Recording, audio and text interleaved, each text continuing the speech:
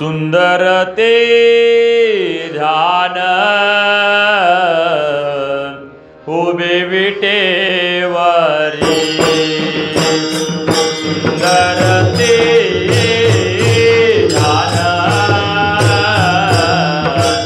उभे विटेवरी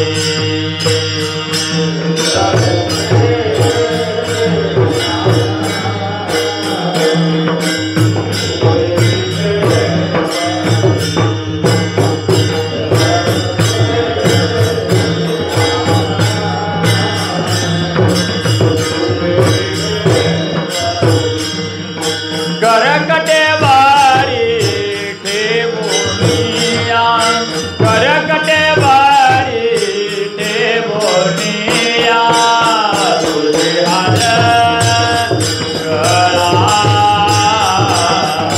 कासे पितांबर तुझे हात गळा कासे पितांबर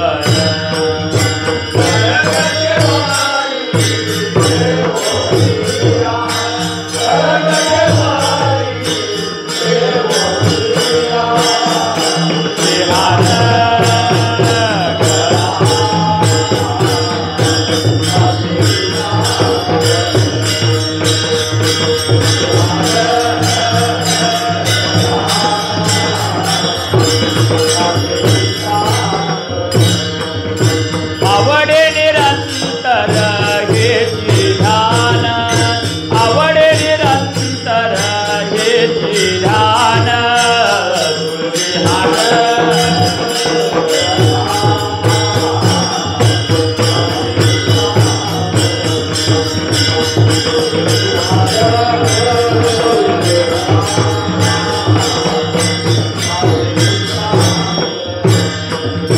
मकर कुंडले तळपटी श्रवणी कंटिक तुवा मने विराजित मकर कुंडले तळपटी श्रवणी कंटिक तुवा मने विराजित तुझे हार गळा कासे पितांबर तुझे हात गळा कासे पितांबर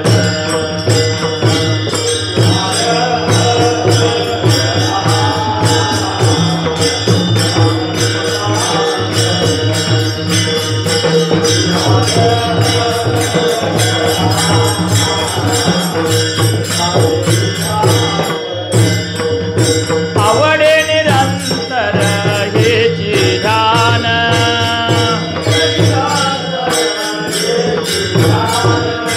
आवडे निरंतर हेची ध्यान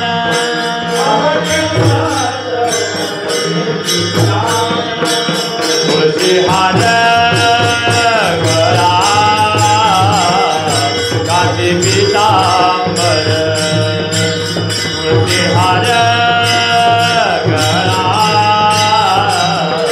कासे पितांबर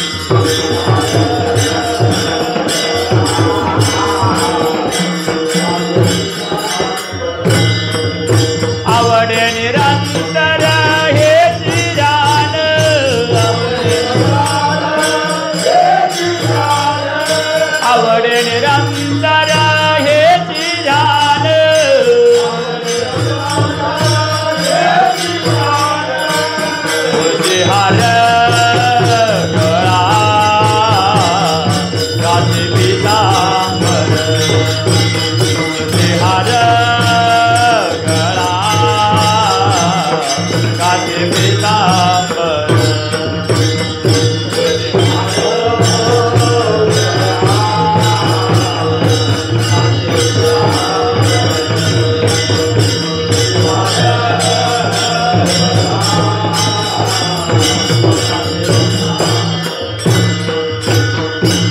राम कृष्ण हरी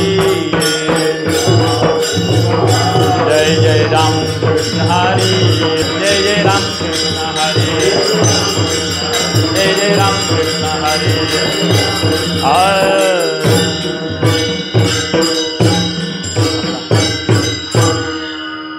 आता तरी पुढे हाची उपदेश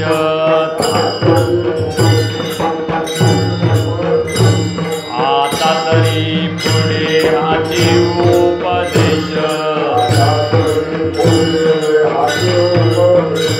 नका करू नाश आयुष्याचा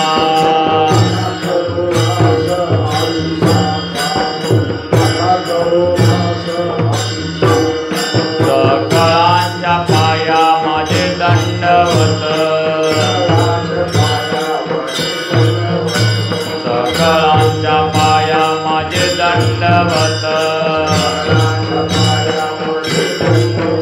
आपुलाले चित्त शुद्ध करा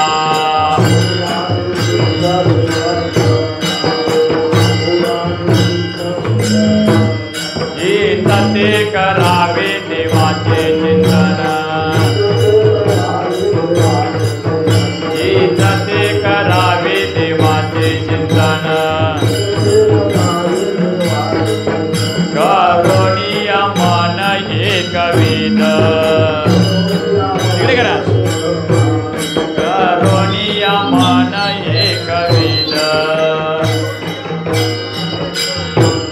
सकळांच्या पाया माझे दंडवत सकळांच्या पाया माझे दंडवत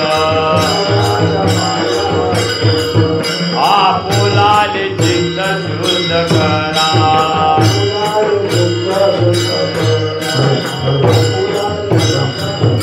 तुका म्हणे हित होयतो व्यापार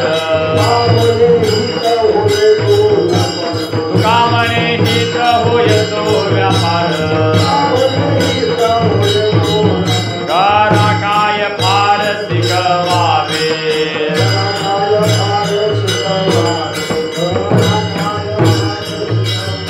सकळांच्या पाया माझे दंडवत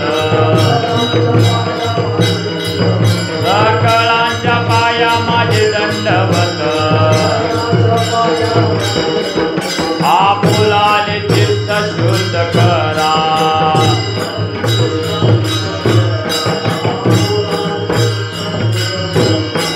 गोपार कुमाई गोपार कुमार जय जय गोपार कुमार गोपार कुमार गोपार कुमार गोपार कुमार गोपार कुमार गोपार कुमार कुंडली गवरदारी विठ्ठल देव तुकाराम होबा होबा होबा होबा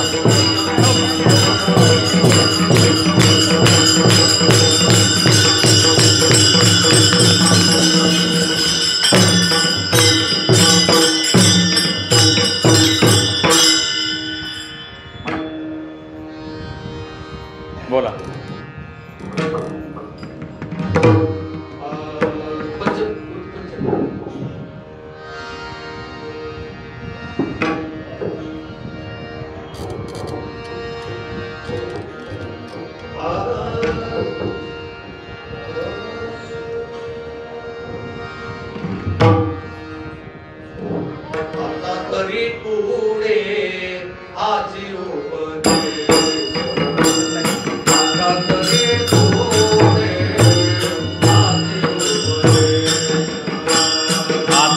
Hare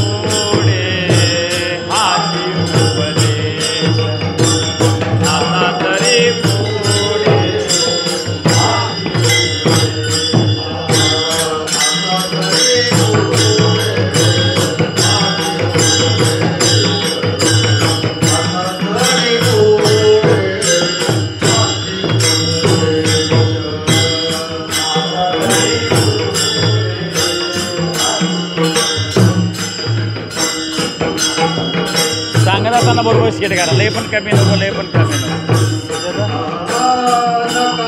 आवाज सांगत असताना बरोबर सेट करा.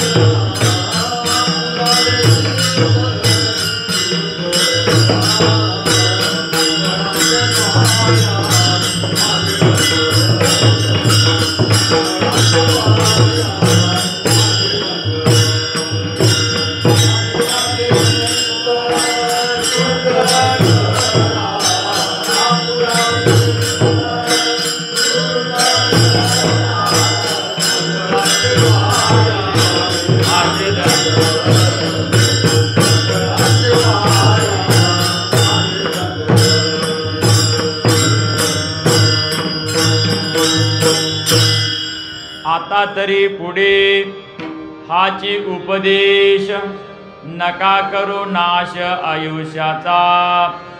सकळांच्या पाया माझे दंडवत, आपुलाले चित्त शुद्ध करा.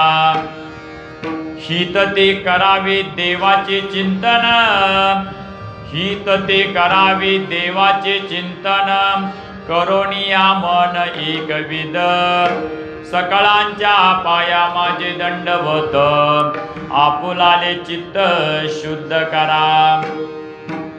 तुका म्हणे हित होय तो व्यापार, करा काय पार शिकवावे. सकळांच्या पाया माझे दंडवत, आपुलाले चित्त शुद्ध करा. जगद्गुरु तुकाराम महाराज आपल्याला या अभंगामध्ये उपदेश करतायत. भगवंत परमात्म्याला आपलंसं करण्यासाठी जी उपासना सांगितली त्या उपासनेमध्ये काही उपदेश असावा लागतो. मानवी जीवनामध्ये उपदेश असेल तर आम्हाला लवकरात लवकर भगवंतापर्यंत जाता येतं. त्यासाठी महाराजांनी या अभंगामध्ये उपदेश सांगितला. आता तरी पुढे हाची उपदेश नका करू नाश आयुष्याचा. महाराज काय म्हणतायत? आता मागे राहू दे, पुढे राहू दे, आता तरी पुढे हाची उपदेश. काय उपदेश सांगितला? नका करू नाश आयुष्याचा. आयुष्याचा नाश करू नका. म्हणजे आयुष्याचा नाश हा होतो. याचा अर्थ काय आहे? आयुष्याचा नाश होतो. युको पूर्ण कमी करा. आयुष्याचा नाश कशामुळे होतो याचा अभंगामध्ये चिंतन घ्यायचं आहे. सकाळांच्या पाया माझे दंडवत, आपुलाले चित्त शुद्ध करा. महाराज काय म्हणता येतं? सगळ्यांच्या पायाला मी दंडवत घालून सांगतो, तुम्ही काय करा? आपलं चित्त शुद्ध करा. सकाळांच्या पाया माझे दंडवत, आपुलाले चित्त शुद्ध करा. चित्त हे काय असतं? चंचल असल्यामुळं ते अशुद्ध असतं, ते शुद्ध करा असं सांगत आहेत. आणि चित्त शुद्ध होण्यासाठी मार्ग पण याच्यामध्ये सांगितला. चित्त शुद्ध करण्यासाठी उपाय सांगितला. मार्ग आणि उपाय एकच आहे, पण की आम्हाला समजण्यासाठी संत महात्म्यांनी काय सांगितलं? हित ते करावे देवाचे चिंतन, करोनिया मन एकविध. महाराज काय म्हणता येतं? की आपलं हित कशामध्ये आहे? ते हित देवाच्या चिंतनामध्ये. आणि देवाचं चिंतन करत असताना त्याच्यामध्ये उपदेश काय केला? देवाचं चिंतन करत असताना करोनिया मन एकविध. आपलं मन एकविध करा असं सांगतायत. आणि एकविध मन केल्यानंतर देवापर्यंत आम्हाला जाता येतं. आणि अशा पद्धतीनं हे हित कशात असेल? तुका म्हणे हित होय तो व्यापार, करा काय फार शिकवावे. महाराज काय म्हणता येतं? जो व्यवहार सांगितला त्या व्यवहारामध्ये देणं आणि घेणं असतं. मग कोणता व्यवहार सांगितला याच्यामध्ये? तुका म्हणे हित होय तो व्यापार. व्यापार कोणता सांगितला? देणं आणि घेण्याचा. मग आम्ही काय द्यायचं? देवाला काय द्यायचं आणि देवाकडून आपण काय घ्यायचं, हा व्यवहार झाला. देवाला द्यायचा भाव, भक्ती त्याला द्यायची आणि देवाकडून आम्हाला प्रेम घ्यायचं. देवामध्ये आणि आमच्यामध्ये असणारं प्रेम त्याच्याकडनं मागून घ्यावं. तुका म्हणे हित होय तो व्यापार, करा काय फार शिकवावे. महाराज काय म्हणतायत? आता फार काय तुम्हाला शिकवावं? तुम्हाला सर्वांना ही माहितीच आहे. त्यासाठी की आपल्या जीवनातला अमूल्य वेळ भगवंत परमात्म्याच्या प्राप्तीसाठी आम्ही घालवावा याचं चिंतन या अभंगामध्ये केलेलं आहे. म्हणून महाराजांनी की या अभंगामध्ये उपदेश करत असताना मनाला आणि चित्ताला केलेला आहे. असं ते बंद करायचं नाही झालं तर त्या भगवंत परमात्म्याला आपलंसं करण्यासाठी या ठिकाणी उपाय सांगितला. त्या उपायामध्ये मन आणि चित्त हे सांगितलं आणि याचा शब्दशः अर्थ आपल्या समोर मांडलेला आहे. त्या अभंगाचा विस्तृत अर्थ करण्यासाठी भगवंत परमात्म्याला आपण काय करावं? स्मरण करावं. पांडुरंगा करू प्रथम नमन, पांडुरंगा करू प्रथम नमन, दुसरे चरण संततिया,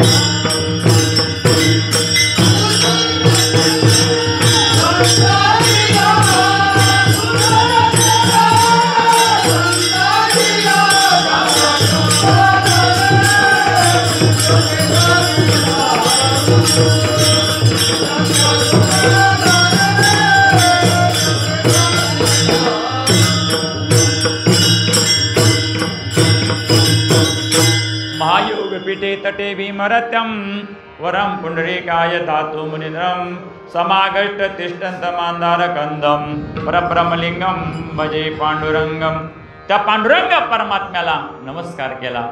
त्यांना सांगावं तुमची या ठिकाणी सगुण कथा चालू आहे, या सगुण कथेच्या ठिकाणी यावं आणि आम्हाला भक्ती प्रेम द्यावं, या भक्ती प्रेमामध्ये आम्हाला रंगवून सोडावं असं त्यांच्याकडे वचन मागावं.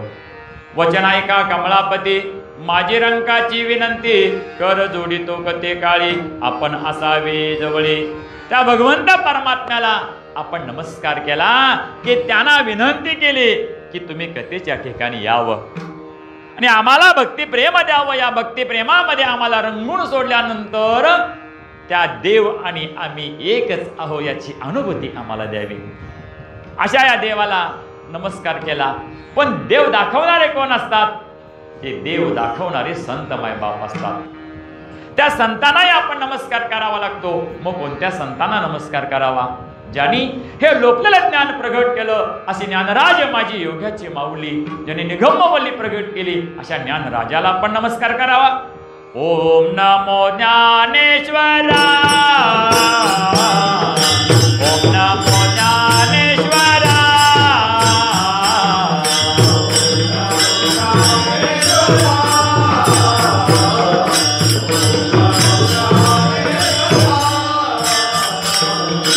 ओम नमो ज्ञानेश्वरा, ओम नमो ज्ञानेश्वरा, ओम नमो ज्ञानेश्वरा.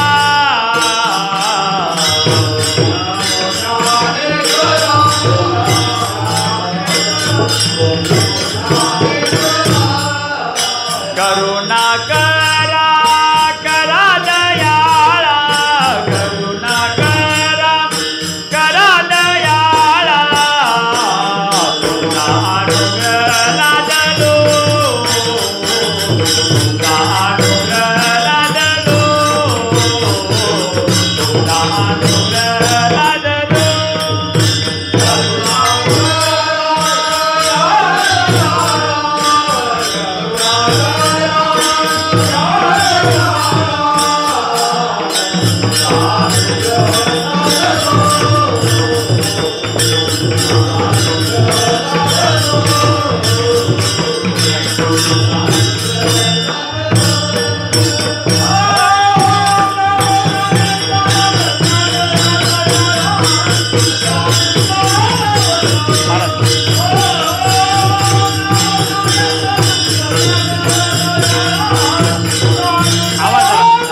आवाज वाढवा येतात.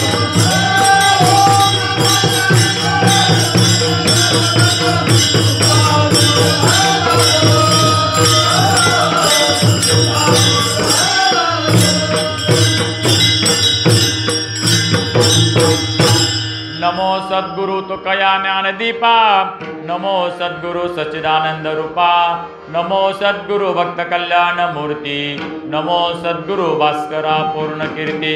जयांचे केली स्मरण, होय सकळ विद्यांचे अधिकरण, तेची वंदू चरण श्री गुरूंचे ते नमस्कारोनी आता.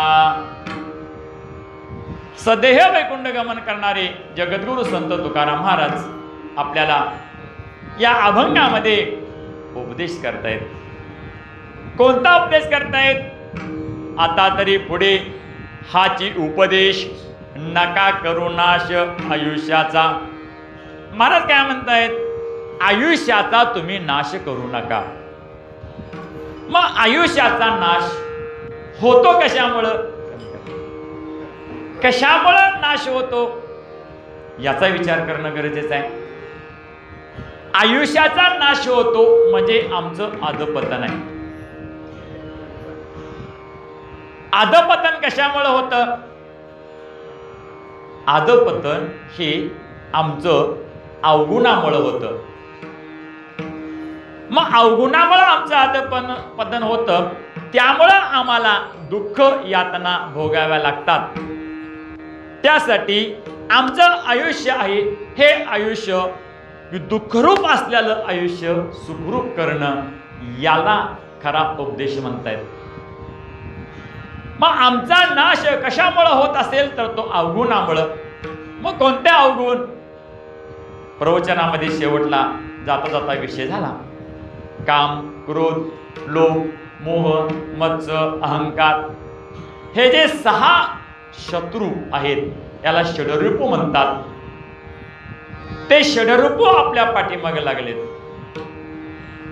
या षडरूपामुळं काय होतं की आमचं अधपतन होतं, आमचं आध्यात्मिक नुकसान होतं, आम्हाला त्रिविध ताप पाठीमागे लागतात आणि याच्यामुळं की मानवी जीवन दुःख रूप होतं.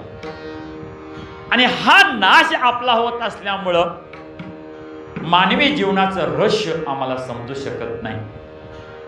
त्यासाठी आम्ही काय करावं, जन्माला आलो, पण जन्माला आल्यानंतर आम्ही काय करावं हाच उपदेश फार महत्वाचा आहे. जन्माला आल्यानंतर खायचं प्यायचं मौज मजा करायची असं काही जणांचा अर्थ झाला असतो, पण तसं नाही. आम्ही जन्माला आलो कशासाठी, मनुष्य ध्येयाचे निज्ञानी सच्चिदानंद पदवी घेणे एवढा अधिकार नारायणे कृपा अवलोकने दिला. काय सांगतायत महाराज की सच्चिदानंद पदवी घेण्याचं सामर्थ्य आपल्या अंगामध्ये आहे आणि तसं आम्हाला राहायचं आहे. तसं करण्यासाठी, तसं अनुभवण्यासाठी आम्हाला मनुष्य जन्म आहे. आणि ते जर आम्ही नाही केलं तर काय होईल, तरीच जन्मा यावे, तरीच जन्मा यावे, दास विठोबाचे वावे, दास विठोबाचे वावे,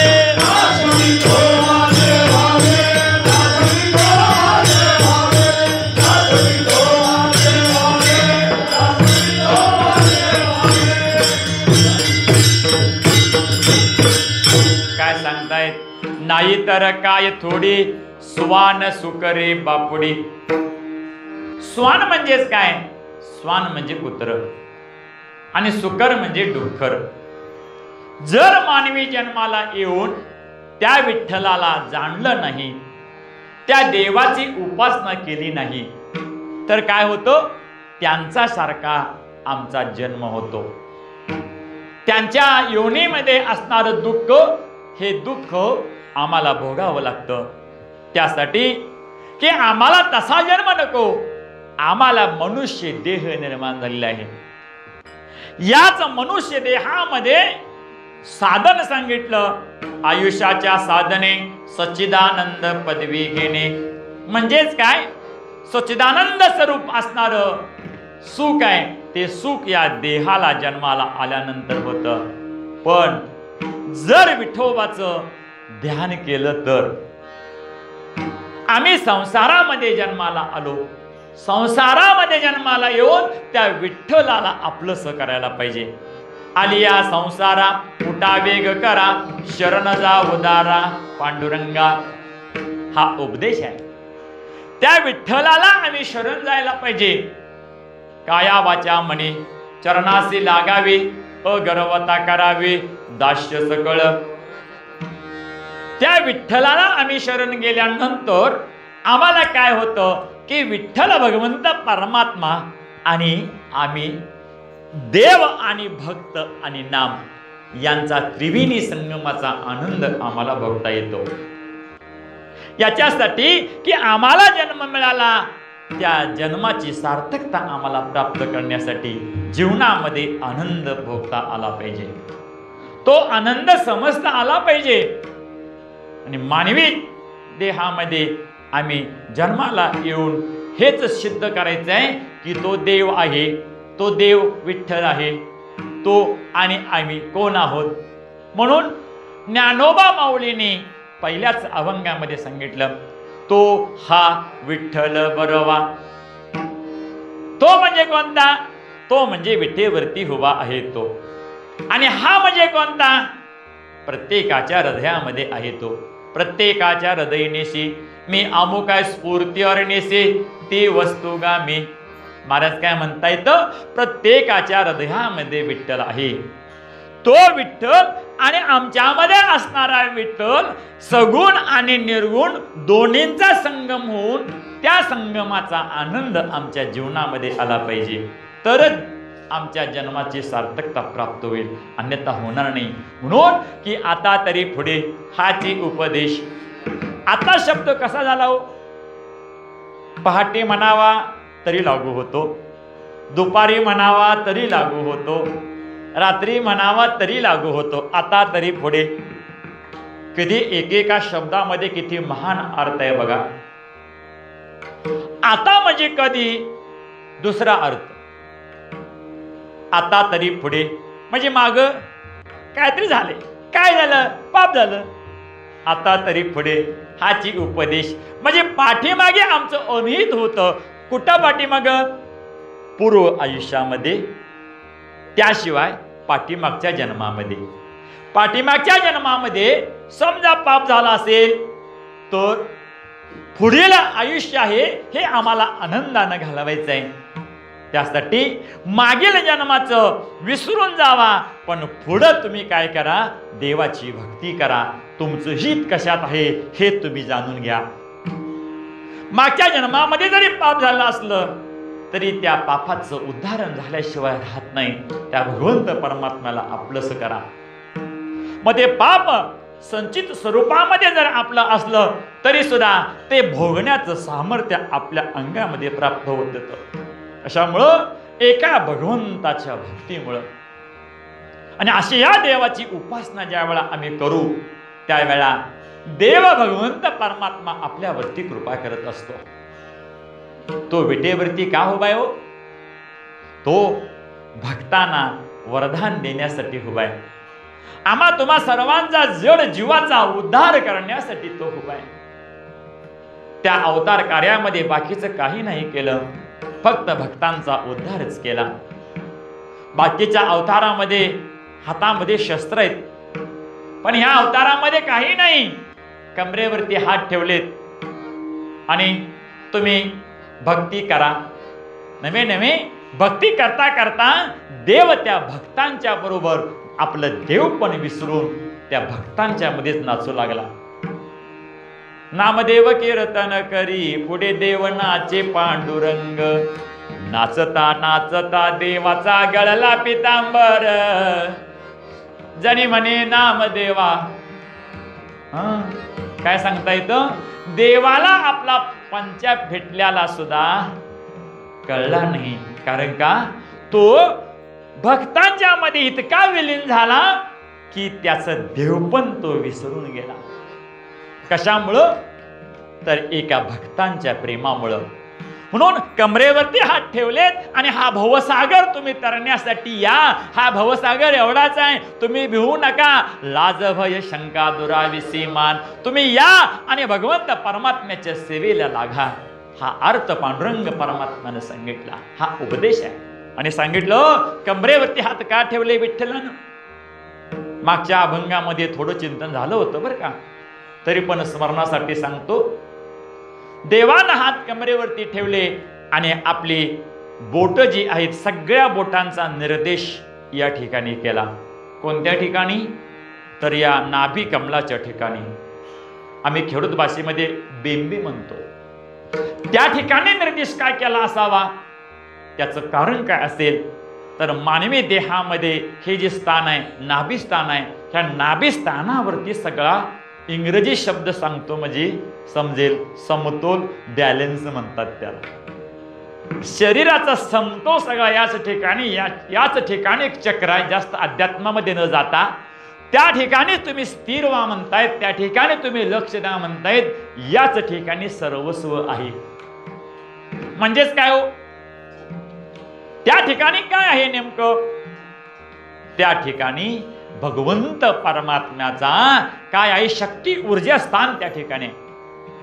त्याशिवाय आपला जो आवाज आहे, आपली जी वाणी आहे, त्या वाणीचं उगमस्थान त्या ठिकाणी. ते वाणीचं उगमस्थान त्या ठिकाणी आहे. त्यामुळं की तिथून जो आवाज येतो तो भगवंतापर्यंत सहज जातो बरं का. नामस्मरण घेत असताना पहिल्यांदा मुखातली वाणी वैखरीवाणी ती कंठामध्ये जाते आणि कंठामधून मग ती हृदयामध्ये जाते. पश्चिंतीच्या ठिकाणी स्थिरता प्राप्त होते. थोडी स्थिरता थोडी अस्थिरता प्राप्त होते. त्यानंतर ज्या वेळेला नामधारक नाभी कमलाच्या ठिकाणी स्थिर होतो त्यावेळेला मात्र की त्या ठिकाणी असणारा आनंद भोगत असताना की तो देहाचं तदात्म्य विसरून जातो. असो ऐसा कोटे आठवच नाही देहीच विदेही भोगू दशा. ही अवस्था या ठिकाणी प्राप्त होते. म्हणून पांडुरंग परमात्मा काय सांगता येतं, या ठिकाणापासून नामाचा उच्चार करा. आम्ही म्हणतो बघा खेडूत भाषेमध्ये एखाद्याला जर हाक ऐकू येईन झाली की आम्ही मोठ्यानं रांभो रांभो म्हणतो, मोठ्या मोठ्यानं म्हणतो. तो म्हणतो काय बिंबीच्या देठापासून ओरडायला लागलाय. म्हणजे काय अर्थ झाला, बिंबीचा देठ जो आहे त्याच ठिकाणी सर्वस्व आहे. आणि ते विठ्ठलानं आमच्या सांगितलं की तिथून भगवंत परमात्म्याला हाक मारायची आणि तिथली हाक देण्यासाठी पहिल्यांदा वैखरीवाणी तो नामस्मरण पाहिजे. हा उपदेश त्या ठिकाणी सांगितला. आणि हा उपदेश सांगत असताना की भगवंत परमात्मा आपल्यासा करण्यासाठी त्या ठिकाणापर्यंत जाण्यासाठी पहिल्यांदा मुखातलं नाम पाहिजे. घेई घेई माझे वाचे, घेई घेई माझे वाचे, गोड नाम विठोबाचे, गोड नाम विठोबाचे.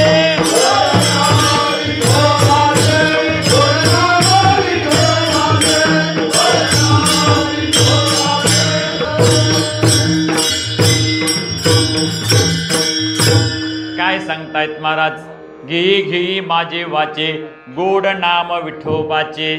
उपदेश करतायत की आता धरे पडे हाची उपदेश. कोणता उपदेश? आपला आयुष्याचा नाश होतो. तो नाश होत असतो कशामुळं? भगवंताचं नामचिंतन न केल्यामुळं. आणि आपल्या आयुष्याचं जर कल्याण होत असेल तर ते कल्याण कशामध्ये असेल तर त्या भगवंताच्या नामचिंतनामध्ये असेल. त्यासाठी की आम्ही लक्षात ठेवावं, मला त्या भगवंत परमात्म्याला आपलंस करायचं आहे. त्यासाठी की आमच्या इंद्रियाला अशी सवय पडली पाहिजे. या डोळ्यानं भगवंताचं रूप पाहिलं पाहिजे. त्या भगवंताला पाहिल्यानंतर त्याच्या रूपामध्ये गोडी निर्माण झाली पाहिजे. त्या गोडीमध्ये काय असलं पाहिजे तर नाम आणि रूप यांचा संगम झाला पाहिजे. गोड तुझे रूप, गोड तुझे नाम, देई मज प्रेम सर्व काळ. त्या रूपामध्ये ज्यावेळा आम्ही तल्लीन होतो त्यावेळा त्या मुखातलं नाम आणि डोळ्यामध्ये असणारं प्रेम एकत्र होतं आणि भक्ती प्रेम त्या ठिकाणी वाढत जातं. या कानानं कथा कीर्तनं ऐकली पाहिजेत, या हातानं सत्कर्म केलं पाहिजे, या पायानं तीर्थयात्रा केली पाहिजे. तो भगवंत परमात्मा आपलासा करण्यासाठी, त्या पांडुरंगाला आपलंसं करण्यासाठी या इंद्रियाला अशी वळण पडलं पाहिजे. पडिले वळण इंद्रिया सकळा, भाव तो निराळा नाही तुझा. म्हणजेच काय, आपल्या आयुष्याचं जर कल्याण व्हायचं असेल तर हा उपदेश आपण लक्षात ठेवायचा की त्या भगवंत परमात्म्याला आपलंसं करण्यासाठी ही उपासना केली पाहिजे.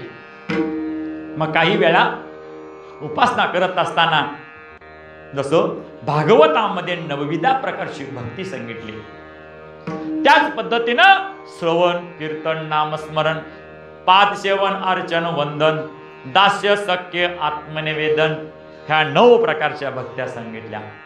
ह्या 9 प्रकारच्या भक्तीनं भगवंताला आपलंसं करावं आणि हा उपदेश आपल्या अंतरंगामध्ये ठेवावा. ह्या कानानं ऐकायचं आणि ह्या कानानं सोडून द्यायचं नाही. या भक्तीमधली एक तरी भक्ती आपण जीवाभावानं करावी. जीवाभावानं करावी म्हणजे कशी करावी की त्या ठिकाणी आपला देह जावो अथवा राहो, पांडुरंगी दृढ भावानं आपण करावं. आता हनुमंतरायाने जी दास्य भक्ती केली त्या दास्य भक्तीमध्ये आम्ही काय शिकावं?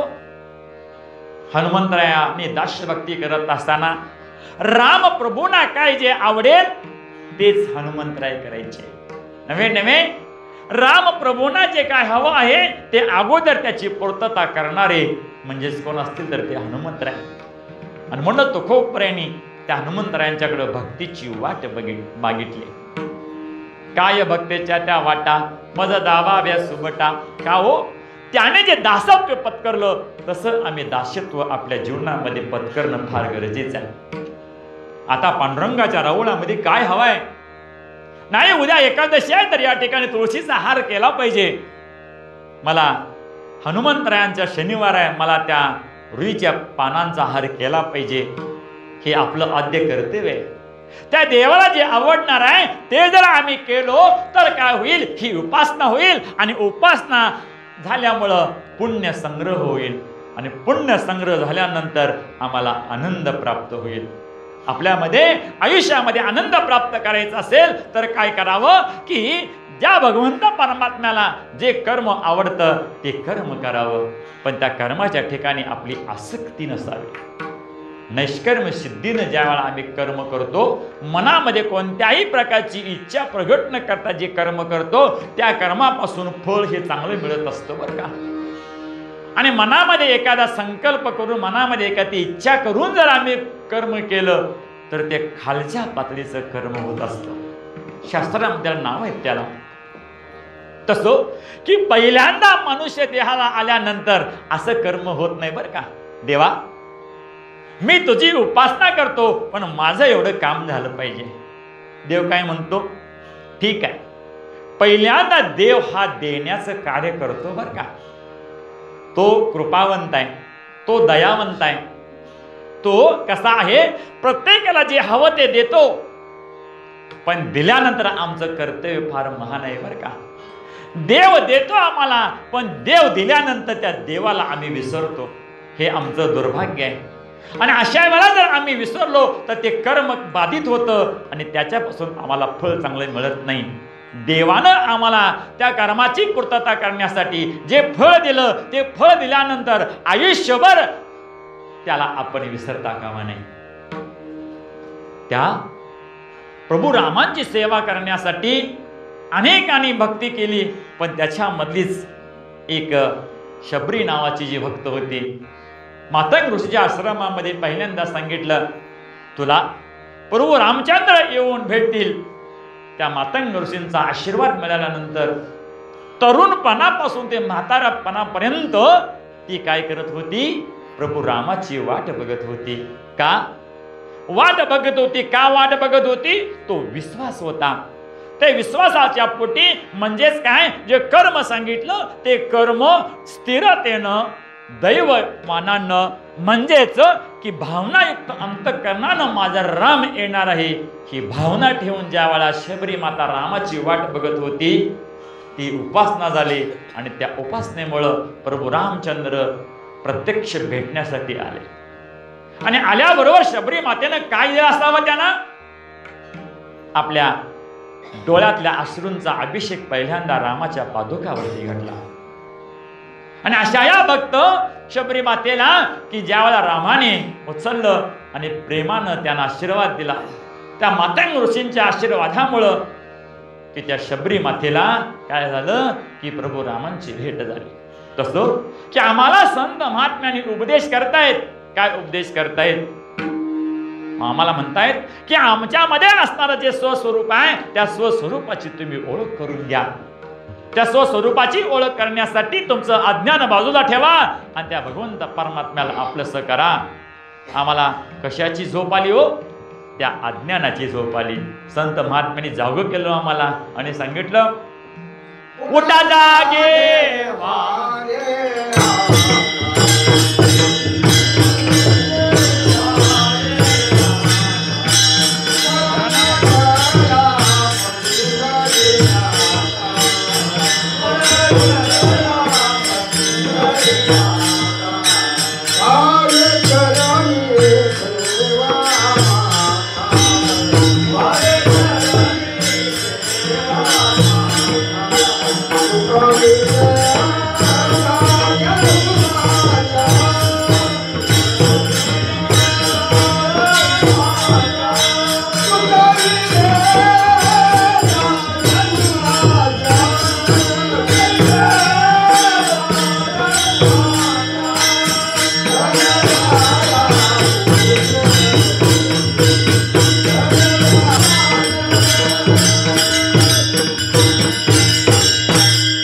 म्हणतायत उठा जागे वारे आता, स्मरण करा पंढरीनाथा.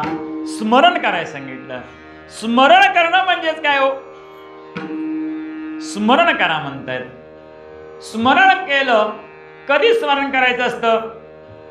एखाद्या मूर्तीला आम्ही बघितल्यानंतर त्याचा आठव करणं म्हणजे स्मरण करणं. आज पांडुरंग परमात्म्याला कसं सजवलेलं आहे पंढरपुरामध्ये हे आम्हाला दिसतं बरं का. मोबाईलच्या माध्यमातून आम्हाला सकाळी बघता येतं, पण आमचं ते बघणं नसतं. मोबाईल उघडला म्हटलं की काय नको ते बघतो, पाहिजे ते बघतच नाही. मोबाईलचा वापर कशासाठी करावा याचा विचार करणं फार गरजेचं आहे. एका थोर डॉक्टरने सांगितलं पुढची पिढी मात्र आंधळी जन्माला येणार आहे. कारण का?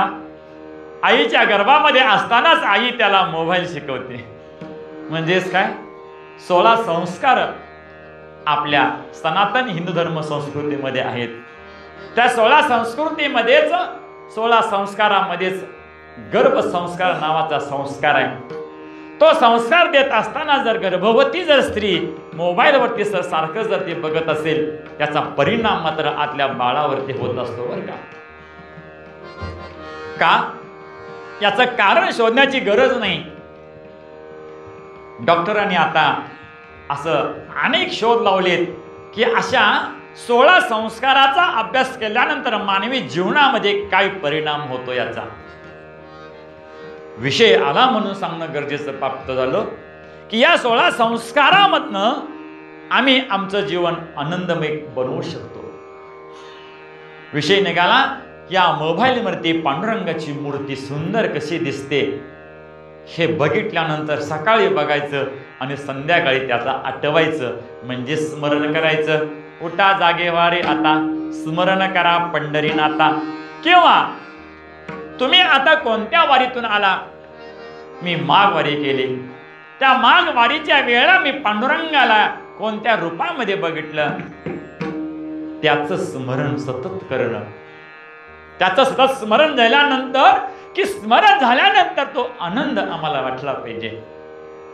त्या वारीच्या वेळेला त्या पांडुरंग परमात्म्याच्या चरणाला केलेला स्पर्श, त्या स्पर्शामधून येणारी ऊर्जा, त्या स्पर्शामधलं प्रेम सतत दररोज जर आपल्या अंतरंगामध्ये जर यायला लागलं तर त्या देवाचं स्मरण सतत होईल आणि तो आणि मी नाही दुजा अशी अवस्था आपली होईल. त्यासाठी त्या देवाचं स्मरण करा हा उपदेश आपण ध्यानात आणणं फार गरजेचं आहे. आणि आम्हाला या ठिकाणी संत महात्म्याने उपदेश करण्यासाठी ज्ञानेश्वरी सारखा महान ग्रंथ दिला. तुकोबरायाने तुकाराम गाथा दिली. त्या प्रत्येक अभंगामध्ये उपदेश आम्हाला केलेला आहे बरं का. तुकाराम महाराजांच्या गाथ्यामध्ये उपदेशपर प्रकरणाचं एक वेगळं प्रकरण आहे. त्या प्रकरणामध्ये सगळ्याच अभंगाचं जर चिंतन आपण करायचं म्हटलं तर भावार्थ कसा असेल तर एका अभंगामध्ये महाराजांनी मुद्दा मांडला की आता उन्हाळा आहे. या उन्हाळ्यामध्ये मोठ्या मोठ्या झाडांना पाणी कोण घालतं? कोणी घालत नाही. पाणी न घालता त्याला पालवी कशी येते? पालवी येते का नाही ह्या दिवसात? मग कोण घालतं? उष्ण काळ मासी. त्याला त्या उष्णकाळ मासामध्ये की त्याला पाणी न घालता त्याला पालवी फुटते. तसं आपल्या बाळाला बघितल्यानंतर त्या आईला पान्हा फुटतो. आईला पान्हा फुटण्यासाठी त्यांना जी ऊर्जा मिळते ती ऊर्जा कोण देतं? असं 10 आश्चर्य याच्यामध्ये. ते 10 आश्चर्यांचं विज्ञानाला अजून त्याचा शोध लागला नाही. या रक्तामध्ये असणारे घटक रक्त कोणी तयार करू शकलं नाही. अनेक प्रकारच्या विचारांना जर आम्ही विचार केला, शास्त्रीय दृष्ट्या विचार केला तर या पृथ्वी तत्वावरती अशी एक शक्ती आहे की ज्या शक्तीनं आम्हाला नतमस्तक करावं लागतं. थोडंसं विचार करा. जे आपले शास्त्रज्ञ होऊन गेले त्या शास्त्रज्ञांनी ह्या सत्याचा शोध घेण्याचा बराच प्रयत्न केला. त्या भगवंताचं अनुसंधान न साधता देवाच्या विरोधात काय करता येईल, काय मांडता येईल, हा विचार करता करता शास्त्रज्ञ वेडे झाले, वेडे. प्रत्येक शास्त्रज्ञांच्या जीवनामध्ये बघा, एक तर वेडा झाला किंवा एकतर अचानक मृत्युमुखी पडला. असं का होतं? याचं कारण काय असेल तर भगवंत परमात्म्याची अगाध शक्ती आहे. त्या शक्तीचा विचार करता करता, त्या शक्तीला विरोधभास करता करता की त्यांना अधपतन त्यांना सोसावं लागलं. म्हणजेच काय की संत महात्म्याने आम्हाला एक एक शब्द सांगितले, एक एक अभंग सांगितला. तर साधा अभंग उपदेशातला तुम्हाला अभंग सांगितला, अणुरेणू या टोकडा तुका आकाशा एवढा. याच्यामध्ये विज्ञान आहे का हो? बघा, अणु आणि रेणू. आता भौतिक शास्त्रामध्ये याचा अभ्यास काही जणांनी केला असेल. अणु आणि रेणू याचा अभ्यास करत असताना या अणुचा, रेणूचा आणि आकाशाचा काही संबंध आहे असं काही जणांना वाटतं तरुण पिढीना. पण तुकोबराने सिद्धांत कसा मांडला? अणु रेणू या टोकडा तुका आकाशा एवढा. मग काय जण वाटतं तुकाराम महाराज का आकाशा एवढे होते का? अणु रेणू म्हणजे अणुपेक्षा लहान. तुकोबरांच्या मध्ये असणारं चैतन्य, हे चैतन्य की लहानात लहान होतं आणि आकाशापेक्षा सुद्धा मोठं होतं.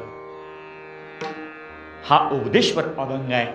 म्हणजे तुम्ही विचार करा की तुकोबराया आकाश एवढे नव्हते, पण तुकोबरायांचं चैतन्य होतं, तुकोबरायांची शक्ती होती ती आकाशा एवढी होती. त्या कशाच्या स्वरूपामध्ये? तर नामस्मरणाच्या स्वरूपामध्ये ते आकाश एवढे होते बरं का. आणि हा सिद्धांत ज्ञानोबा माऊलींनी हरिपाठामध्ये सुद्धा मांडलेला आहे. ज्ञानदेव पुसे निवृत्तीची जाण,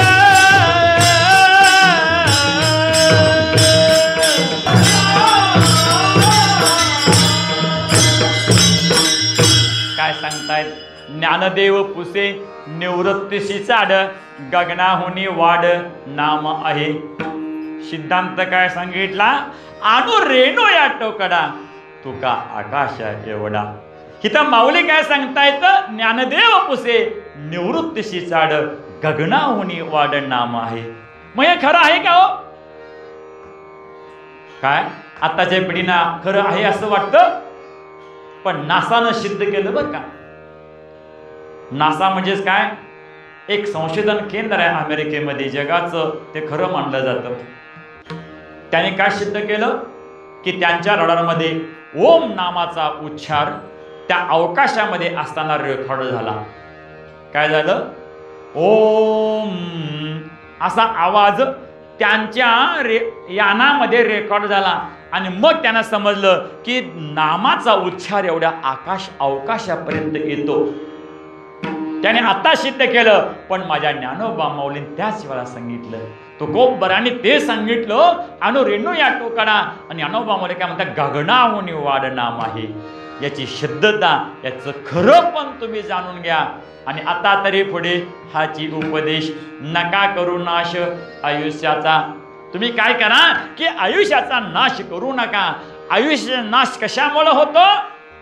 तर आम्ही सतत खोटं बोलल्यामुळं होतं, नको ते खाल्ल्यामुळं होतं, नको तसं वागल्यामुळं होतं. म्हणून त्यासाठी काय करा? आहार, विहार आणि विचार शुद्ध ठेवा. आहार शुद्ध पाहिजे आपला. काय दिसल ते खायचं नाही. शिर्डी कशी असते माहिती आहे का? शिर्डी सर्वांना माहिती आहे, तुम्ही खेड्यातले आहात. काय दिसल ते खातं, काय दिसल ते खातं. किती जरी पोट भरलं, शिर्डीचं पोट भरून दाखवा, सारखं सुरूच असतं. राजानं पैज लावली, कोण शिर्डीचं पोट भरतो बघूया. आणि किती जरी खाय गेलं तर पुन्हा शिर्डी चरायची सरतीच.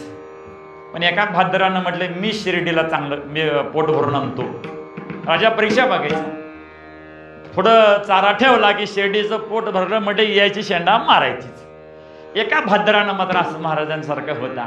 शिर्डी खायला लागली म्हणजे कानावर चट्ट दिशान चटकं द्यायचं.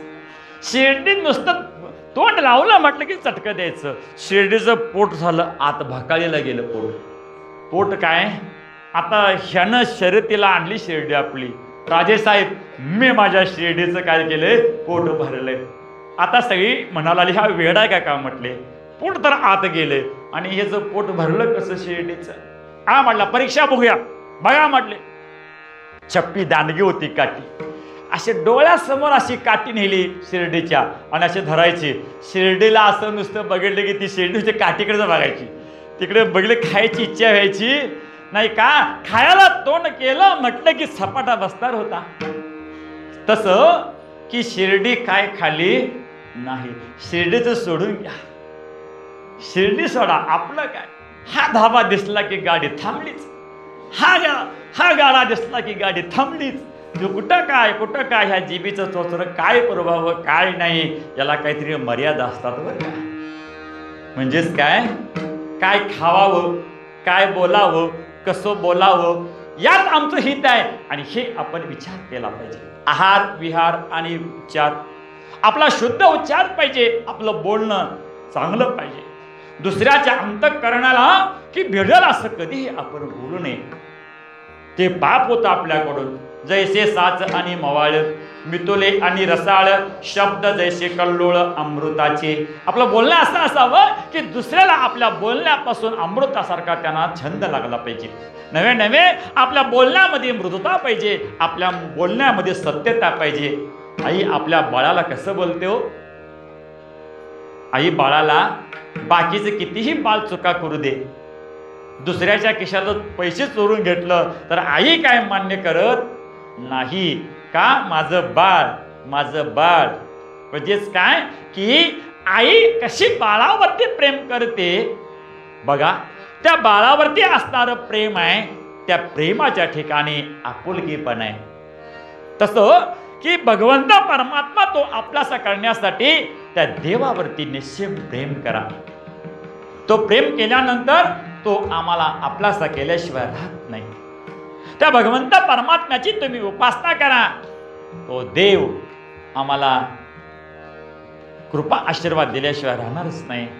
म्हणूनच की आम्ही काय करावं, आमच्यामध्ये असणारं जे खायाची गोष्टी आहेत त्याच खावाव्यात.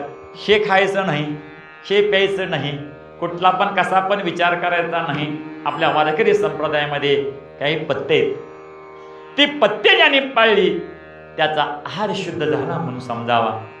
तुम्ही म्हणाल इथनं मागं आता आम्ही सगळं मौसार केलाय, आता माळ घाटी तर चालती काय, चालती हो. तो भगवंत परमात्मा कृपा करतो, पण धीर धरायला पाहिजे.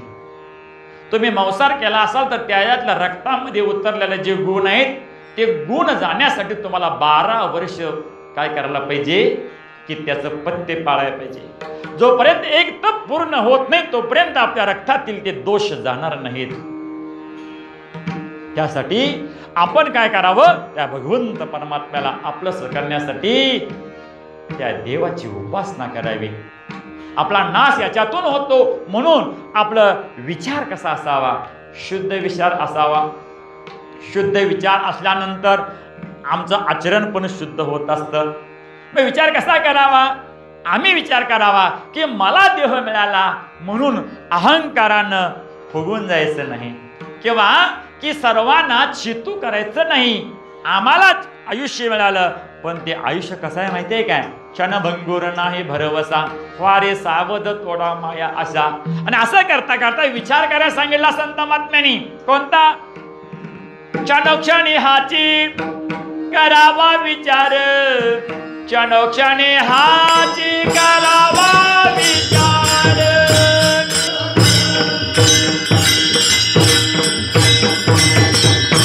काय सांगतायत, कोणता विचार करावा, क्षणोक्षणी हाची करावा विचार. तरावया पार भव सिंधू, नाशिवंत देह जाणार सकळ, आयुष्य खातो काळ सावधान. तो काळ आम्हाला खातोय हे मात्र विसरायचं नाही बरं का. तसं की एकदा काय झालं, तुळशीदास नावाचे संत होते. त्यांचा पूर्वाश्रमाचा इतिहास जर आपण बघितला तर कसं होतं माहितीये का, ते बैल वेडे होते. त्यांच्या बायकोचं नाव होतं ममता. त्या ममतेला सोडून काही क्षण सुद्धा राहत नव्हते. तुळशीदास महाराज की पहिल्यांदा ज्या वेळा त्याने आपल्या बायकोवरती प्रेम करत होते, काही झालं तर बायकोशिवाय राहतच नव्हते. एकदा असं झालं, सकाळीच ममता नावाची पत्नी माहेर गेली. हे बाहेर गेले होते त्याच वेळेला ममता पत्नी आपल्या गावी गेली. संध्याकाळी आल्यानंतर विचारलं आईला, आई ममता कुठे गेली, म्हणजे पत्नी कुठे गेली? आईने विचारलं की ती आपल्या माहेरी गेली. कशी काय गेली? आत्ताच काय गेली? त्याला चैन पडेना हो. त्यानं काय केलं माहितीये का? त्याच रात्रीला त्या गावाकडे जायला निघाला. पण धो पाऊस होता. पावसामध्ये जायचं कसं याचं भानच नाही. पावसामध्ये बाहेर पडले. पाऊस भरपूर असल्यामुळं नदीला महापूर आला होता. त्या नदीच्या पलीकडेच ममतेचं गाव होतं, म्हणजे बायकोचं गाव होतं. त्या बायकोच्या गावाला जाण्यासाठी आता पलीकडे जायचं म्हणल्यावर नदीला पाणी आलं होतं. जायचं कसं? एक होंडका, लाकडाचा होंडका वाहत आलेला दिसला. त्या होंडक्याला मिठी मारली आणि नदीच्या पलीकडे गेला. होंडका बाजूला ठेवला. लगेच तिथंच पत्नीचं घर होतं. त्या पत्नीच्या घराकडे जाण्यासाठी बाहेर पडला. तो आता वरती 2 मजली घर होतं, वाडा, अगोदरचा वाडा. त्या वाड्यामध्ये एका खिडकीमधनं त्याला एक दोर दिसला वर जाण्यासाठी. त्या दोराला धरले आणि वरती जाऊन खिडकीत हाक मारली, ममता. आता ममता म्हणून हाक मारल्यानंतर तिला आश्चर्य वाटलं. एवढ्या रात्रीच्या वेळेला आपले पतिदेव आले कसे? तिला खरे वाटते ना. बघते तर खरोखरच आपले पती आले. म्हटल्यानंतर ती हडबडून जागी झाली. विचारलं, आता कसं काय आला? हा म्हटले, तू मला न सांगता आलीस, मला तिथं करमलं नाही, मी आलो. विचार केला पत्नीनं की ती पत्नी पण विचारवंत होती. तुम्ही वरती आला कसं? सगळे दार बंद आहेत, आला कसं? तू मला येण्यासाठी खिडकीतून दोर बांधून ठेवलीस. त्या दोराला धरून मी वरती आलो. वाकून बघितलं, दोर नव्हता तर तो साप होता भला मोठा. त्या सापाला धरून वरती आले होते. पत्नीनं दुसरा प्रश्न विचारला, तुम्ही नदीच्या पलीकडे आला कसं? ते म्हटले, तू मला येण्यासाठी एक पाण्यामधनं ओंडका सोडलीस आणि त्या ओंडक्याला मिठी मारून मी आलो. चला ओंडक्या दाखवा, चला. जवळच नदी होती. बघतात तर एक प्रेत होतं. त्या प्रेताला कवटाळून नदीच्या पलीकडे आले होते. पत्नीनं सांगायला सुरुवात केली, जरा माझं म्हणणं लक्षपूर्वक ऐका. म्हणायला लागली, तुम्ही आता मला भेटण्यासाठी आला. किती अट्टहास केला येण्यासाठी. एवढा मोठा पाऊस आणि या पावसामध्ये तुम्हाला प्रेत आहे का लाकडाचा ओंडका याचं भान राहिलं नाही. एरवी त्या प्रेताला सगळे भितात आणि तुम्ही त्याला मिठी मारला आणि प्रेताला धरून तुम्ही आलात. प्रेताचं भान तुम्हाला राहिलं नाही. तुम्हाला वरती येण्यासाठी दोर वाटला, पण तो दोर साप होता. सापाचं भान, साप चावेल याची भीती तुम्हाला वाटली नाही. त्या सापाला धरून तुम्ही वरती आला. कशासाठी आला वरती? मला भेटण्यासाठी आला. माझ्यामध्ये काय आहे? मला तुम्ही भेटण्यासाठी आला. माझ्यामध्ये सौंदर्य आहे. त्या सौंदर्याला बोलून तुम्ही आला. माझं सौंदर्य किती दिवस टिकणार आहे?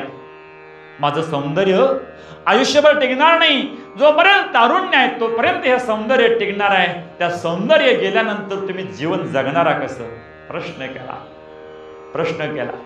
तुम्ही असं करू नका की मला भेटण्यासाठी ह्या देहावरती तुम्ही प्रेम केलं. हा देह कसा आहे माहितीये का? हा देह नाशिवंत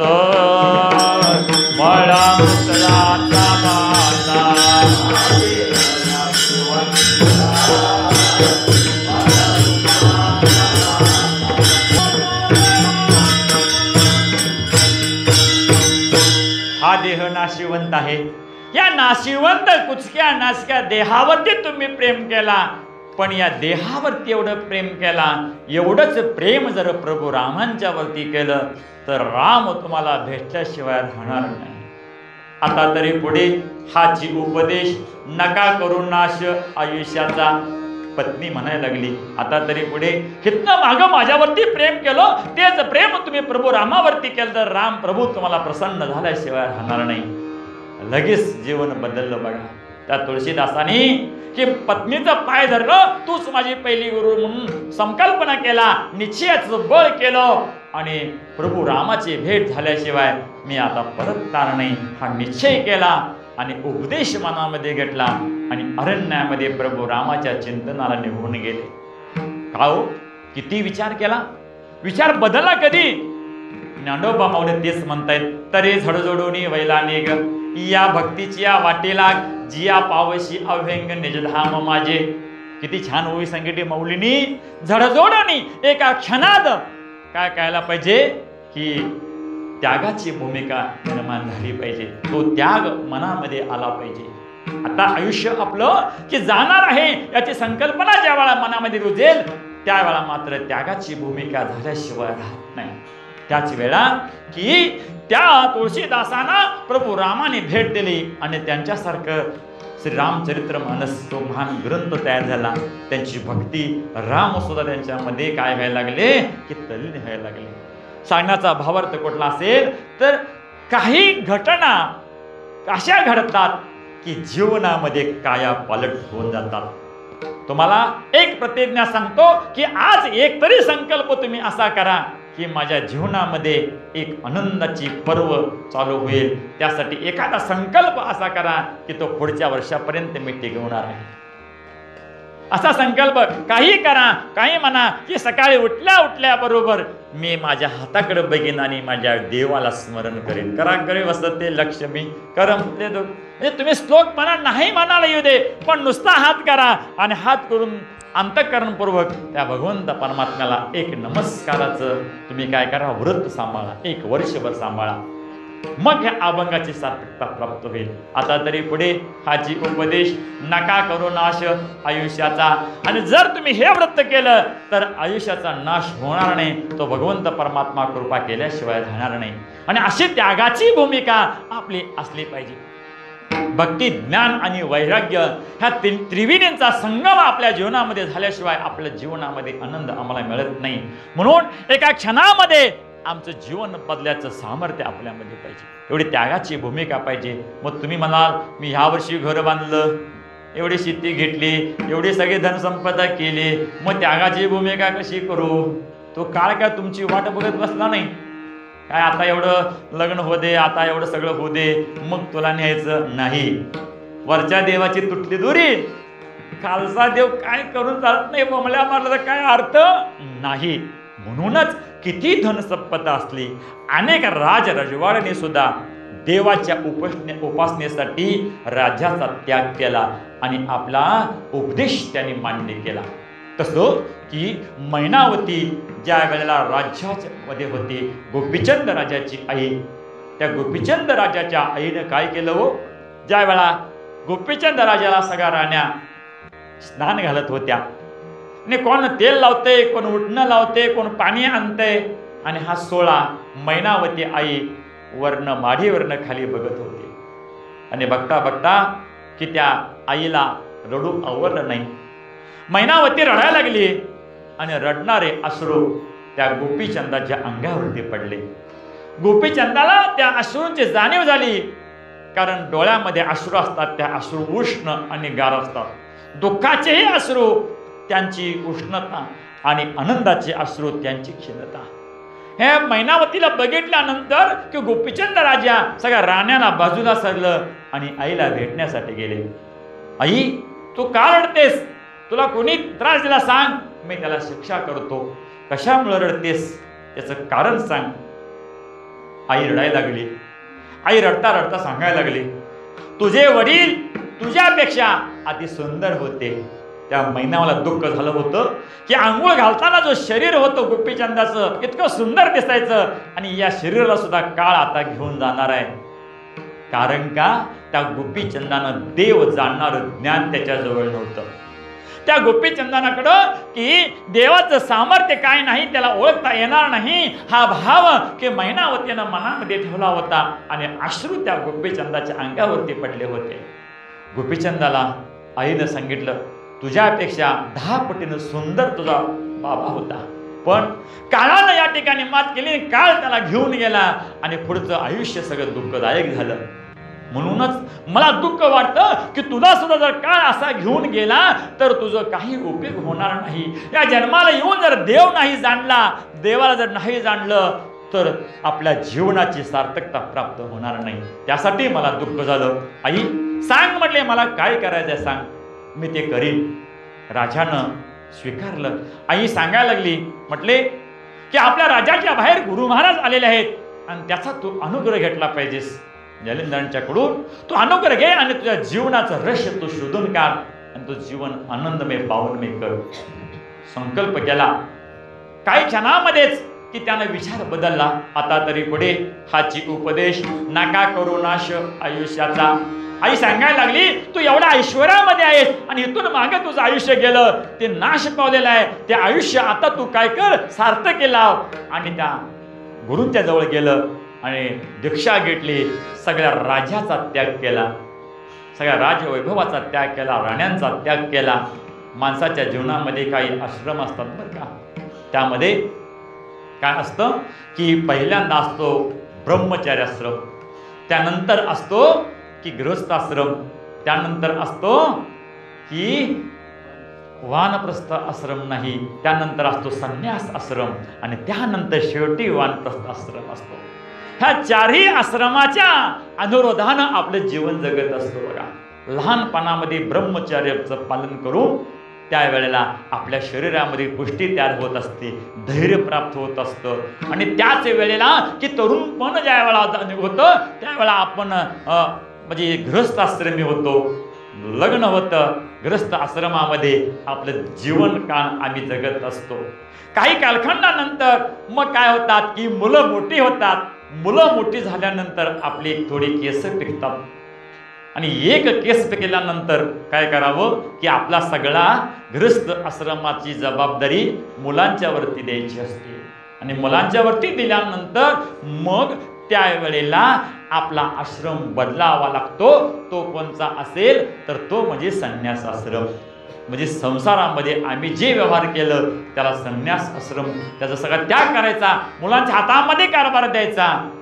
पण आमचं कसं होतं माहिती आहे का, एक केस पिकला कुणाचा आणि कुणी राज्य कुणाला दिलं. एक केस पिकल्याला दशरथाला दिसला. दशरथ राजाला वाटलं की एक केस माझा पिकलाय, आता मला रामाच्या स्वाधीन सगळं राज्य केलं पाहिजे आणि मला काय करायला पाहिजे की संन्यास आश्रमाचा स्वीकार केला पाहिजे. पण आमची सगळी केस पिकतात, पण तिजोरीच्या आणि बँकेच्या चाव्या काय मात्र मुलाच्या हातामध्ये द्याय बघत नाही.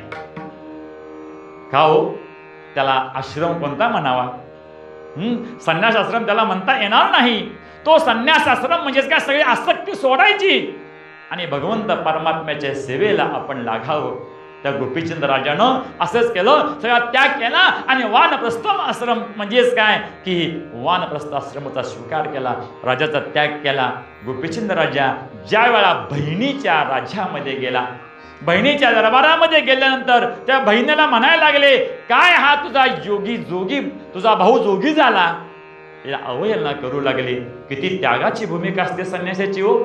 त्या संन्यासाची भूमिकेला भिक्षा घेत असताना सुद्धा की गोपीचंदाला भिक्षा वाढली, पंचपक्वानाची भिक्षा वाढली, पण त्या राजानं काय केलं, नेम आहे संन्यासाचा, जी मिळालेली भिक्षा आहे ती पाण्यामध्ये बुडवायची, बेचव करायची आणि त्याचा आपण आस्वाद घ्यायचा. त्या जीवेला चोचरं अशा भिक्षेची पडेल आणि आमची आसक्ती अशा वाढत जाईल. म्हणून त्या गोपीचंदानं काय केलं, सर्वस्वाचा त्याग केला. आणि आता तरी पुढे ह्याची उपदेश नका करू नाश आयुष्याचा. राजवैभव असून सुद्धा त्या सगळ्याचा त्याग केला आणि जीवनाचं कल्याण कशामध्ये असेल तर ते आता तरी पुढे हाची उपदेश नका करू नाश आयुष्याचा. सकाळांच्या पाया माझे दंडवत, आपुलाले चित्त शुद्ध करा. त्या गोपीचंद राजानं कसं त्याग केला तर तुम्ही काही त्याग करू, तुम्ही काही त्याग करू म्हणा की. तुम्ही कसा म्हणा, मीच म्हणतो तुम्ही काही त्याग करू नका, फक्त की प्रपंच करून परमार्थ करा. संसारी असावे असोनी नसावे, भजन करावे वेळोवेळा. माऊली काय सांगता येतं, असोनी संसारी जीवे वेगू करी, वेदशास्त्र हुबाळे बाह्य सदा. म्हणून हा उपदेश तुम्ही मान्य करावा, हीच प्रार्थना आपण देवाच्या ठिकाणी प्राप्त करून घ्यावी. आता तरी पुढे हाची उपदेश, आता तरी पुढे हाची उपदेश.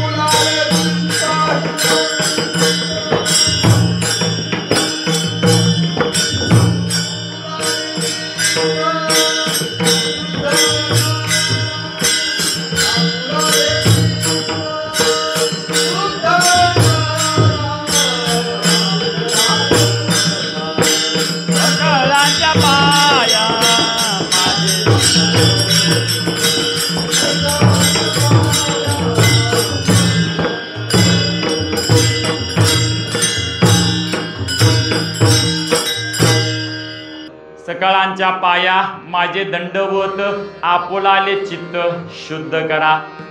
चित्त शुद्ध करायला सांगितलं. मग चित्त म्हणजेच काय? एकाच वाक्यामध्ये सांगतो. मन, बुद्धी, चित्त, अहंकार, अंतकरण. ही अंतकरण पंचेष्टी त्याला म्हणतात. त्याच्यामध्ये थोडक्यात लक्षपूर्वक ऐका, जास्त वेळ आपल्याकडे नाही. मन कशाला म्हणावं? एखाद्या गोष्टीचा विचार आला, तो विचार करावा का न करावा असा ज्या ठिकाणी संकल्प आणि विकल्प होतो त्या ठिकाणी मन असतं. म्हणजेच काय? आम्ही सतत सांगत असतो, कीर्तनला यावं काय न यावं असा मनामध्ये विचार आला. मग काय झालं? एक विचार असा आला. दुसरा विचार कसा आला? 9ला एवढी मालिका चांगली आहे, त्या कीर्तनला जायची काय गरज आहे? एकाच वेळेला 2 विचार आले. 9 वाजताच काटा बरोबर यायलाच, कीर्तनला जावावं काय मालिका बघावी. संकल्प आला कीर्तनला जायचा, विकल्प आला कीर्तनला जायचं नाही. म्हणजेच काय? एका वेळेला सकारात्मक, दुसऱ्या वेळा नकारात्मक विचार ज्या ठिकाणी येतात त्या ठिकाणी मन असतं. पुढची गोष्ट लक्षात ठेवा, आम्हाला मालिका बघून काय आमचा उद्धार होणार नाही. त्या अंतर्मनामध्ये पटलं त्यावेळा तिकडं मागव न बघता मंदिराची वाट धरायचं ठरवलं, त्यावेळा बुद्धीचं कार्य चालू झालं. निश्चय केला, बुद्धीनं निश्चय केला की कीर्तनला जायचंच ते बुद्धीचं काम, त्याला बुद्धी म्हणावं. मन कशाला म्हणावं? जायचं काय नाही त्याला मन म्हणावं. यायचं ठरलं त्यावेळा बुद्धी म्हणावी. आता चित्त कुठं आलं बघा. तुम्ही कीर्तनला आला आणि कीर्तनला आल्यानंतर बाबा यो कवा कीर्तन संपवतोय कुणास ठाऊक असा विचार केला का? असा न विचार करता असा विचार करायचा, तो सारासार विचार झाला पाहिजे. कोणता? कीर्तनामध्ये आल्यानंतर मी काय शिकायचं आहे, मी चुकतो कुठं, माझं बरोबर कुठं आहे, मी देवाचा उपवास केला, मी देवाची आराधना केली, त्यावेळा मनाला समाधान वाटलं नाही. काही वेळा मी चुकलो, मी असं करायला नको पाहिजे होतं, असं विचार त्या ठिकाणी निर्माण होतात, तिथं चित्त असतं. आलं लक्षात? म्हणजेच काय? सारासार विचार केल्यानंतर सार काय असतं ते चित्त त्या ठिकाणी कार्य करत असतं. म्हणून अभंग सांगतात, सारासार विचार करा उटाउटी, नाम धरा कंठी विठोबाची. प्रवचनामध्ये थोडं चिंतन झालं बघा त्याचं. म्हणजे सारासार विचार होतो, तो सारासार विचार चित्तामध्ये होतो. आणि त्या चित्ताच्या ठिकाणी तो कोबारा काय म्हणता येतं की चित्त तुम्ही शुद्ध करा म्हणता येतं. मग अशा अशुद्ध चित्त होतं कधी? ज्या वेळा अविचार होतो, अज्ञान होतं, त्यावेळेला चित्त काय होतं की दूषित होतं. त्या चित्ताला शुद्ध करण्यासाठी उपाय काय आहे हे या चरणामध्ये शिकायचं आहे. काय करायचं आहे? आता चित्त शुद्ध करायचं म्हणजेच काय करायचं? त्या चित्तामध्ये चांगले विचार यायला पाहिजे. आमच्याकडे कोण डॉक्टर नाही, तुमच्याकडे कोण डॉक्टर आहे काय चित्ताला एक इंजेक्शन दिलं की चित्त समाधान होईल असं? डॉक्टर कोण नाही, एकच तो वैद्य आपला विठ्ठल आहे. तसं की चित्त शुद्ध करण्यासाठी काय उपाय आहे त्याच्यासाठी? आता एकनाथी भागवत मध्ये एक सिद्धांत मांडला, माझी कथा माझे नाम सकळ पातका करी भस्म, हेची चित्तशुद्धीचे उपाय सुलभ झान उद्धवा. उद्धवाला भगवान गोपाल कृष्णाने सांगितलं, चित्त शुद्ध व्हायचं असेल तर कथा कीर्तनामध्ये तुम्ही तल्लीन व्हा. आता टाळ वाजवताना एखादा आनंद वाटला असेल, विणा नाचताना एखाद्याला आनंद वाटला असेल, मृदंग वाजवताना काही जण ऐकताना आनंद वाटला असेल. काही अशा आनंदाच्या उर्म्या ज्या वेळा येतात त्यावेळा चित्ताची शुद्धता होत असते बरं का. वेडा वाकुडा गाईन परी तुझाच होईल. म्हणजेच काय की त्या चित्त शुद्ध होण्यासाठी हरी कथा फार महत्वाची आहे.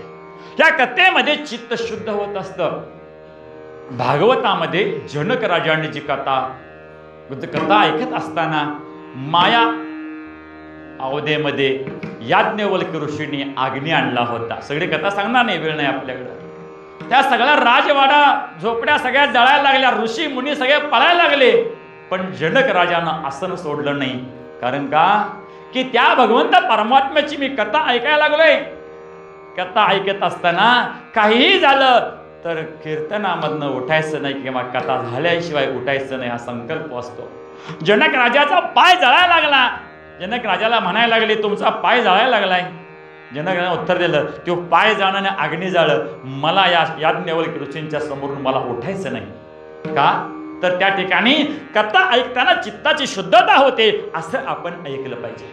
त्यासाठी की तुकोबराने एक प्रमाण सांगितलं, सदा नाम घोष करू हरी कथा, सदा नाम घोष करू हरी कथा.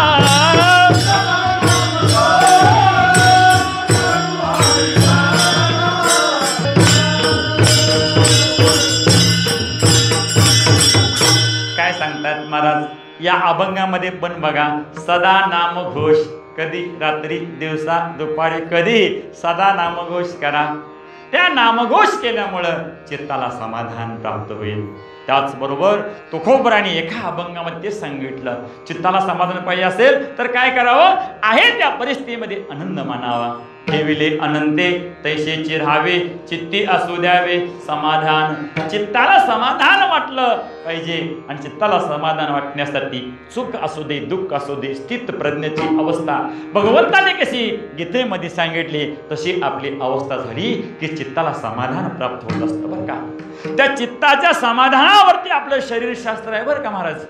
का हो सांगतात मला, डॉक्टर म्हणतात बघा, काय आज घरातले भांडण झाले वाटतं, बीपीचा काटा पुढे गेला. बीपी काय वाढते, मग बीपी वाढणं म्हणजे रक्तदाब वाढणं, याचा आणि याचा काय संबंध आहे? चित्ताचा आहे संबंध. ज्या आता दोन्ही चरणाचा अर्थ तुम्ही लागून घ्या. मन आणि चित्त हे काय असतं माहिती आहे का, अस्थिर असतं.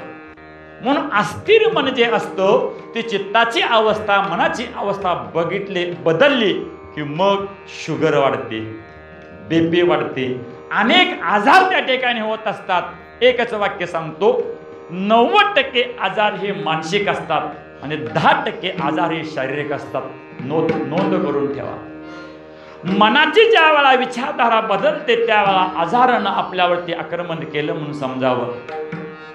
तुम्ही जर सतत आनंदात असाल तर तुम्हाला आजार कुठेही येणार नाही. जर 80-90 वर्षाच्या आजोबांचा विचार करा, तिथपर्यंत आम्ही जाणं काही शक्य नाही आपलं. कारण साधी गाडी नाही दिली म्हटलं की कशी देत नाही बघतो, दुसरी नवीन जाणतो, कर्ज काढते, कर्ज आणून गाडी 10 दिवस फिरवते, 11व्या दिवशी बँक ओढून नेते. जाण्याचे जाणून घ्या. का? त्या 80-90 वर्षाचे जे असतात त्यांच्यामध्ये पूर्वीचा कालखंड एकमेकांच्या मध्ये आदराचा भाव होता, एकमेकांच्या मध्ये स्नेहाची भावना होती, एकमेकाला सहकार्याची वृत्ती होती. आता ती नाही राहिली. हा मनाचा आणि चित्ताचा संबंध देवाच्या उपासनेवरती अवलंबून आहे. वारकरी संप्रदाय आपला काय सांगतो?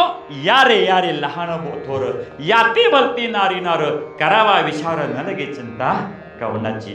सगळ्यांना एकत्र होऊन ज्यावेळेला आपला विचार बदलतो, विचार बदलला की आपलं शरीरशास्त्र चांगलं चाललं म्हणून समजा. म्हणजेच काय की शरीरामध्ये होणारे परिणाम हे मनावरती अवलंबून असतात. मागच्या वर्षी एक दृष्टांत तुम्हाला सांगितला होता, त्या मनाचा परिणाम शरीरावरती कसा होतो त्या घोड्याचा दृष्टांत सांगितला होता, आठवा तुम्ही? त्या जेलरनं ज्या वेळेला सांगितलं की याला आम्ही शिक्षा करतो, डोळं झाकलं तर त्याला घोड्याला साप चावून मारलं होतं, पण त्या जेलरनं त्या ज्याला साप चावायचा म्हणून सांगितलं होतं, त्याचं डोळं बांधलं त्या मनुष्याला आणि उंदीर चावला. त्याच्या मनाची संकल्पना झाली, मला साप चावला आणि तो तसाच मेला. म्हणजेच काय? शरीराचा संबंध मनाशी आणि चित्ताशी असा होत असतो. म्हणून संत महात्म्यांनी आम्हाला सांगितलं, मन करा रे प्रसन्न, सर्व सिद्धीचे कारण. तसं हे चित्त आहे, चित्त आणि मन हे ज्या वेळा एकत्र होईल, तू मन हे मीची करी, माझी या भजने प्रेमदरे, सर्वत्र नमस्कारी मज एकांते. अथवा हे चित्त मन बुद्धी सहित माझ्या स्वरूपी अचुंबित जाईजे. म्हणजेच काय की शरीरामध्ये जे न दिसणारे या ठिकाणी सूक्ष्म देह ज्याला म्हणतात, स्थूळ, सूक्ष्म, कारण आणि महाकारण. वेळ संपत आलेली आहे नव्हता, आता घड्याळ नाही लावलं, आम्हाला दिसत नाही.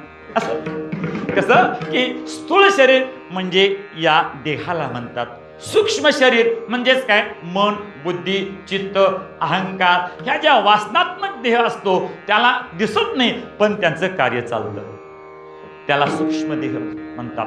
तसं की आम्हाला काय करायचं आहे? मन एकविध करायचं आहे. मन एकविध करण्यासाठी काय उपाय? देवाची उपासना करायची. त्या देवाची उपासना करायची, त्या देवाला आठवायचं, देवाचं चिंतन आपण करायचं आहे. देवाचं चिंतन ज्यावेळेला आपण करू त्यावेळेला काय होतं? चिंतन करत असताना आपले चिंतेचं निवारण होत असतं. कामामध्ये काम, काही मनाराम, जाईल भवश्रम, सुख होईल दुःखाचे. तसं ह्या दुःखाचं रूपांतर सुखामध्ये करण्याचं सामर्थ्य फक्त भगवंताच्या नामचिंतनामध्ये आहे. त्यासाठी की संतांनी आम्हाला मार्ग सांगितला, त्या मार्गाने ज्या वेळा आम्ही जाऊ तो भाव व्यक्त करणं फार महत्वाचं आहे. भावे गावे गीत, भावे गावे गीत, शुद्ध करोनिया चित्त, शुद्ध करोनिया चित्त.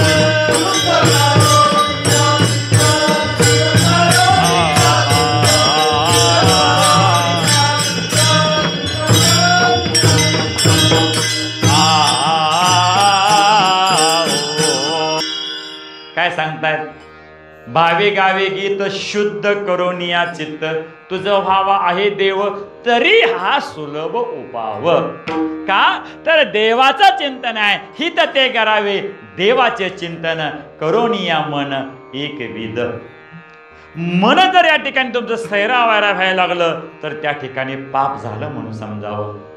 ते मन सैरावैरान धावू नये म्हणून त्या मनाला बांधून घालायचं कुठं? त्या देवाच्या पायाच्या ठिकाणी. म्हणूनच मन काय करतं? त्या इंद्रियाला सवय पडत असताना काय मन करा प्रसन्न, ते प्रसन्न केलेला मन काय होतं की मन इंद्रियांचा राजा आहे आणि त्या इंद्रियांचा राजाला काय करावं? पांडुरंगाच्या चरणाच्या ठिकाणीच अर्पण करावं बरं का. कारण का मनाचा लगाम त्याच्या हातात पाहिजे.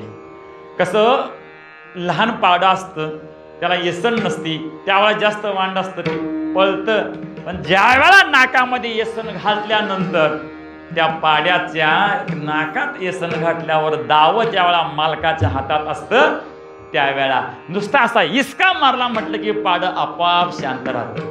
तसं की हे काय करायचं, नाकात येसन घालायची आणि कंडा द्यायचा कोणाच्या हातात, विठ्ठलाच्या हातात द्यायचा. मग या देहाला देवत्व प्राप्त झाल्याशिवाय राहत नाही. यथामती या अभंगाचं चिंतन आपल्या समोर मांडलेलं आहे. ह्या अभंगाचा भावार्थ सोडत असताना शेवटच्या चरणामध्ये महाराज आम्हाला ते सांगतायत, हित सांगतायत.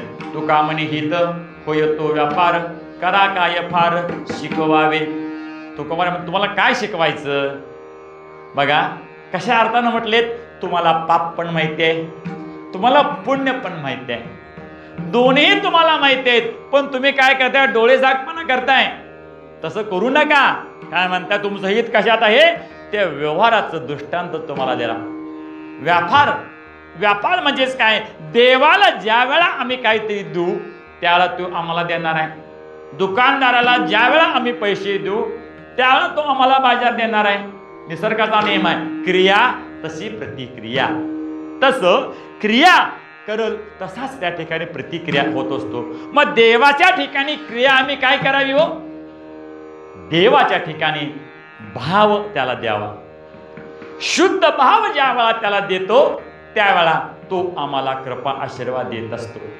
गीतेमध्ये भगवंताने ते सांगितलं, ज्या वेळा आमचा भाव अर्पण होतो त्यावेळा तो आमच्यावरती कृपा करत असतो. उच्च नीच काही नेणे भगवंत, तिष्ठे भाव भक्ती देखोनिया. का तर भगवंत परमात्मा आपल्यावरती कृपा करत असतो. तो काही जात पात बघत नाही, तो काही बघत नाही, तो फक्त आपला शुद्ध भाव बघत असतो. तसा भाव त्याला अर्पण करा, तो भक्ती आम्हाला अर्पण करा आणि मग आम्हाला तो कृपा प्रसाद आशीर्वाद दिल्याशिवाय राहत नाही महाराज. तसं की आम्ही व्यवहार करू, आम्ही त्या भगवंताच्या कृपा प्रसादावरतीच जीवन आपलं जगावं. म्हणूनच आता तरी पुढे हाची उपदेश नका करू नाश आयुष्याचा, सकाळांच्या पाया माझे दंडवत, आपुलाले चित्त शुद्ध करा, हित ते करावे देवाचे चिंतन, करोनिया मन एकविध, सकाळांच्या पाया माझे दंडवत, आपुलाले चित्त शुद्ध करा.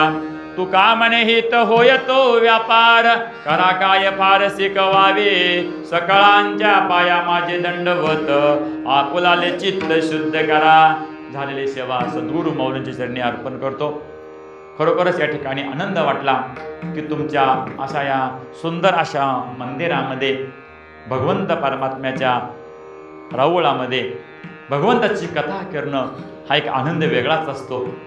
किती जरी तुम्ही दमला असाल दिवसभर, किती जरी कष्ट झालं असलं तर या ठिकाणी आले की मनाला ऊर्जा मिळत असते, शक्ती प्राप्त होत असते. कशामुळं, एकमेकांच्या हृदयामध्ये असणाऱ्या प्रेमाची जाणीव ही एकत्र येत असते. बघा की सगळ्यांनी जर एकत्र होऊन ठरवलं का नाही त्या देवाला कीर्तनामध्ये आणायचंच, देव आल्याशिवाय राहत नाही. बघा एका पक्ष्यांचा समूह एका जाळ्यामध्ये अडकून बसला आणि पारधी यायच्या अगोदर सगळ्या पक्षांनी समजलं की आता आम्ही सगळीजण एकत्र त्या जाळ्यात आम्ही अडकून बसले आहोत, आम्हाला आता पारधी घेऊन जाणार. त्यावेळेला सगळ्यांनी हाक मारली त्या भगवंत परमात्म्याला आणि त्यांना बुद्धी दिली. सगळ्यांनीच काय करावं, एक ताकद लावावी आणि ते जाळंच पक्षांनी सगळ्यांनी उचललं आणि जाळं घेऊनच पलीकडे गेलीत आणि लांब गेलीत आणि त्या जाळ्यातनं हळूहळू मार्ग काढून सगळी त्या ठिकाणी निघून गेली. तसं की हे माया जाळ आहे. ह्या माया जाळ्यातनं की आम्ही त्या भगवंत परमात्म्याला हाक मारायची आणि जाळं घेऊनच जायचं आणि हळूहळू त्या देवापर्यंत आपण जायचं आहे. तसं की झालेली सेवा भगवंत परमात्मा पांडुरंगाच्या ठिकाणी अर्पण करतो.